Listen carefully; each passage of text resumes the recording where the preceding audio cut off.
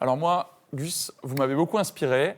J'adore les tours de magie. Je suis comme un petit garçon de 9 ans quand je vous vois faire vos trucs avec vos cartes. Je trouve ça géant. En fait, tout le temps, il est comme un petit garçon. Ouais, tout le temps. Et aujourd'hui, j'ai décidé de vous parler du pouvoir des mots.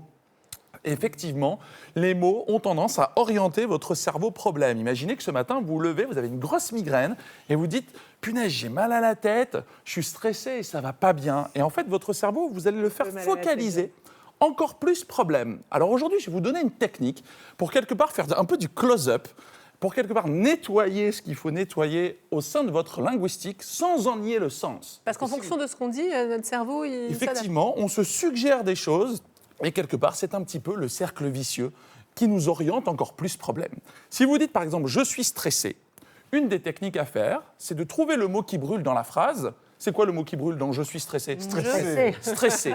Prendre l'inverse. Un point pour le canapé. Un point pour le canapé de droite, c'était stressé.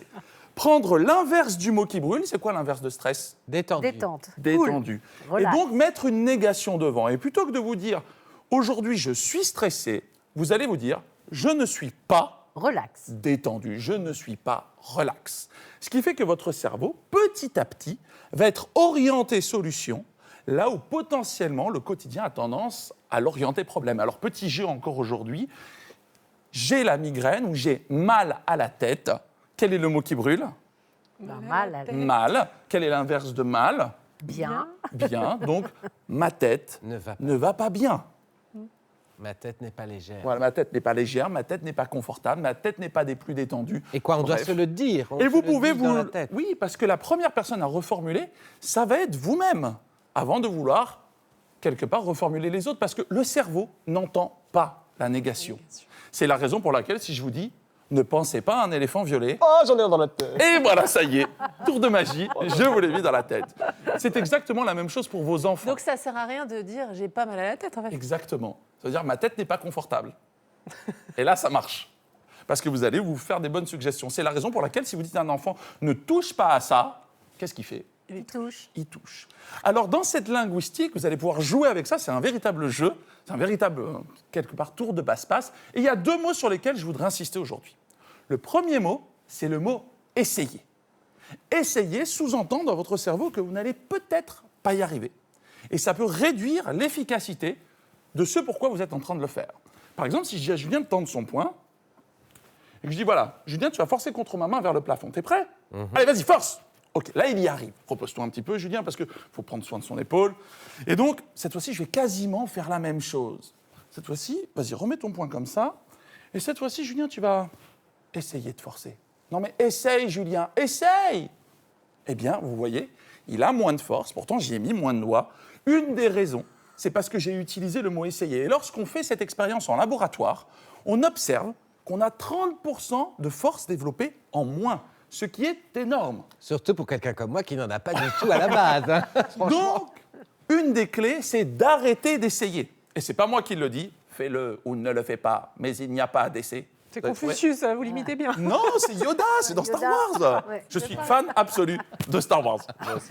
Juste un truc pour Lui les aussi, enfants. mais vous êtes c'est fan comment, absolu de tout, ou bien. Bah, de tout ce qui est bon. Ne touche pas. On dit quoi? Pour les enfants, Ah, j'y Sophie, pensais. Attendez, moi aussi. attendez, parce que j'ai pas... tout le monde a parlé en même temps. Voilà. C'est quoi la question? C'est pour les enfants. Il a dit si on dit ne touche pas, il va toucher. Alors quand on a des enfants, pour celles et ceux qui nous regardent, qu'est-ce qu'on Mange-le. dit à nos petits loulous? Mange-le directement. sans- mais plutôt que de dire ne touche pas à ça, vous allez lui dire reste tranquille ou reste éloigné de cet élément. Comme ça, vous lui dites ce que vous voulez et pas ce que vous ne voulez pas. Et le deuxième mot avec lequel je veux vraiment vous sensibiliser aujourd'hui, c'est le mot mais, qui a tendance à annuler la première partie de votre phrase. Vous êtes tous super sympas, mais Julien a jeté des flacons et ça m'a énervé.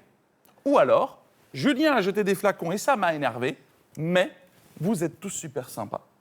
La focalisation de votre attention va se faire sur ce qu'il y a juste après le « mais ». Oui, on retient qu'on est sympa. Exactement. Donc il faut mettre. Donc, si vous voulez garder les deux éléments de votre phrase, il va falloir transformer votre « mais » en « et ». Vous êtes tous super sympas et Julien a jeté des flacons et ça m'a énervé. Là, on garde les deux éléments. Mais si vous voulez amoindrir une partie, il faut le mettre avant. Parce que la focalisation se Genre fait après. J'ai mal à la tête, mais je suis très contente d'être avec vous pour vous êtes formidable ce matin. Ça marche très bien, Ça Virginie. marche, ça? Voilà. Donc, le pouvoir des mots va faire en sorte que vous diminuez vos mots à vous. Mais- C'est la phrase du jour. Comment? La mienne. C'est ma phrase du jour aujourd'hui. C'est votre phrase du jour. Tu dis les mots. En fait, est-ce que c'est... Parce qu'entre nous, on l'appelle Monsieur Cerveau. Alors, on a Monsieur Carte, Monsieur Cerveau. Parce qu'en fait, il est un peu magicien, justement, pour truquer le cerveau. Mais ça veut dire un QI supérieur aussi à tout le monde au plateau. Non, Non, pas mais du pas à tout. moi, quand même. C'est une Non, illusion. ça- Ça, c'est une illusion. Ça, Non, c'est faux. ça, c'est une vraie illusion. Mais ça veut dire que nous-mêmes, on peut Effectivement. s'auto-feinter, entre guillemets. Vous bien pouvez sûr. vous auto-pirater le cerveau en vous orientant solution plutôt que de vous orienter problème. C'est des techniques qui sont utilisées dans des stratégies thérapeutiques que nous, on utilise au cabinet, qui ont donné lieu, par exemple, à la PNL, la programmation neurolinguistique. C'est une manière de gérer sa linguistique, ou encore l'hypnose thérapeutique. L'hypnose thérapeutique, c'est reformuler des gens pour qu'ils aient le sentiment de se parler à eux-mêmes et que, in fine, ils arrivent à modifier la manière dont ils fonctionnent à l'intérieur de leur corps via le fameux système nerveux autonome dont je vous parle régulièrement ici. Ce système qui régule toutes les fonctions autonomes de votre corps, les hormones, la vasodilatation, les muscles de la posture, bref, tout ce que vous ne contrôlez pas dans votre corps est dirigé par ce système. Et vous pouvez pirater ce système en utilisant les bons mots. Plutôt que des mots négatifs, eh bien vous mettez une négation devant et vous mettez un mot positif derrière, surtout lorsqu'il s'agit d'émotions. Donc, je suis triste, eh bien je ne suis pas en joie. Et ça va commencer à vous orienter solution. Merci beaucoup.